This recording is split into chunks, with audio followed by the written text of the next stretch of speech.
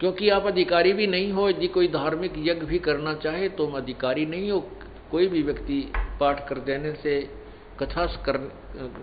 कोई भी कथा करने से किसी व्यक्ति को लाभ नहीं हो सकता।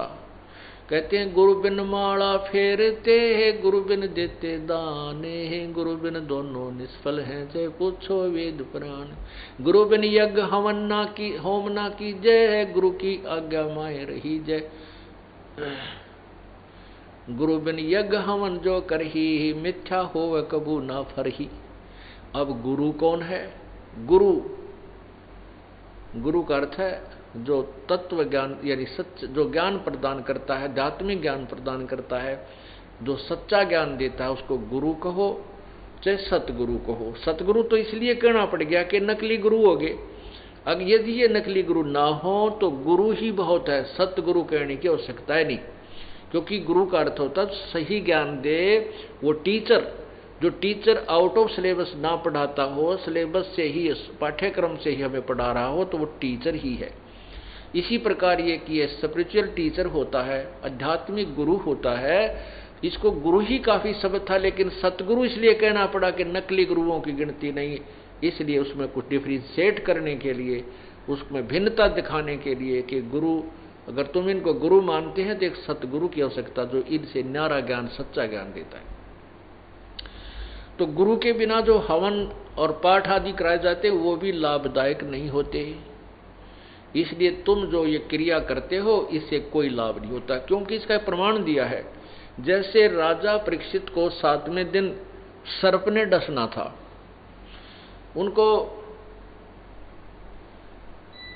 ये एक ऋषि ने साप दे दिया था कि 7वें दिन तुझे एक सर्प डसेगा, तेरी मृत्यु होगी। तो उस समय ऋषि लोगों ने इकट्ठा होकर के सलाह बनाई कि राजा बड़ा धार्मिक है और भाई कोई इसे गलती बन गई है, क्योंकि राजा परीक्षित ने एक ऋषि के गले में मरा हुआ सर्प डाल दिया था और उस ऋषि के लड़के ने उसको श्राप दे दिया था, ब्राह्मण ने, कि तुझे 7वें दिन ये सर्प डसेगा। तो ऋषियों ने मिलकर के एक सलाह बनाई कि अभी कुछ ऐसा उपाय किया जाना चाहिए राजा की गति हो जाए। सबने कहा कि श्रीमद् भागवत सुधा सागर का एक सप्ताह तक इसको पाठ कराया जाए, इसको कथा सुनाई जाए। तो कथा सुनावे कौन? अब देखो पुण्यात्मा, इन बातों को ध्यान में रखना। अब कोई भी व्यक्ति कहता मैं पाठ कर देता हूं, मैं कथा कर देता हूं, मैं ऐसे करता हूं, मैं ऐसे करता हूं, तो उनसे कोई लाभ नहीं होगा। जैसे राजा परीक्षित को कथा सुनाने के लिए कोई भी ऋषि तैयार नहीं हुआ, क्योंकि 7वें दिन परिणाम आना था। 7वें दिन पता लग जाना था कि ऋषि के द्वारा सुनाई गई कथा का इस राजा को क्या फल मिला है।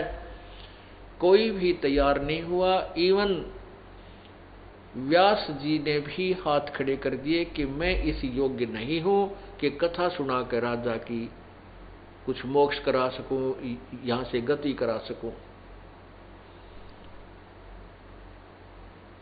क्योंकि श्रीमद् भागवत सुधा सागर के लेखक भी श्री व्यास, वेद व्यास जी हैं। उन्होंने भी मना कर दिया कि मैं कथा नहीं करने के योग्य हूं, मैं इसको कथा सुनाने योग्य नहीं, मेरे से कल्याण नहीं हो सकता। तो कहते हैं उस समय स्वर्ग से सुखदेव ऋषि को भेजा गया, बुलाया गया। सुखदेव ऋषि विमान में बैठकर स्वर्ग से यहां पहुंचा।